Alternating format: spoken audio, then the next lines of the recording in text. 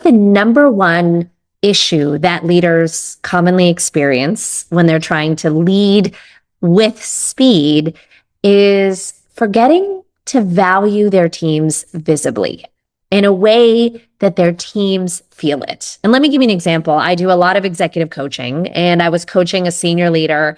Her name is Kelsey, and she got some feedback that her empathy was weak in a 360 performance evaluation. And she was often known for empathy. And so I started. She wasn't empathetic about that Yeah. feedback. Yeah.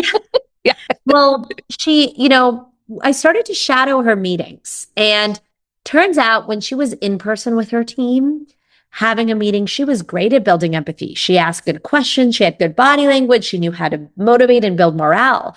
But because it was a global hybrid team, when she was digital with her team, her empathy was abysmal. She was the person that would send the brief, low context messages saying THX or K, period. She would quickly cancel video calls at the last minute when her team had prepared. They didn't know when it would be rescheduled without the lack of that face-to-face contact. She would do things like write an all caps text message right before taking off on a flight, just, getting it out, not realizing that it felt like shouting to some of her team members.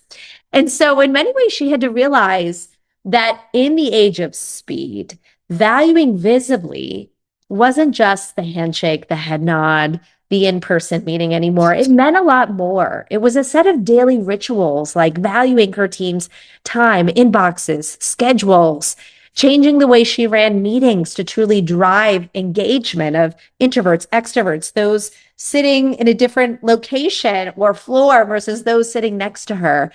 And also, it required her to think about showing gratitude in a new way, where her initial way of showing gratitude was that in-person connection, whereas now she's had to learn what gratitude looked like for different team members. Sometimes it was a quick, thoughtful response. Sometimes it was an emoji or an exclamation point in a text, or it was just taking that extra time to say, this was great work in that weekly email.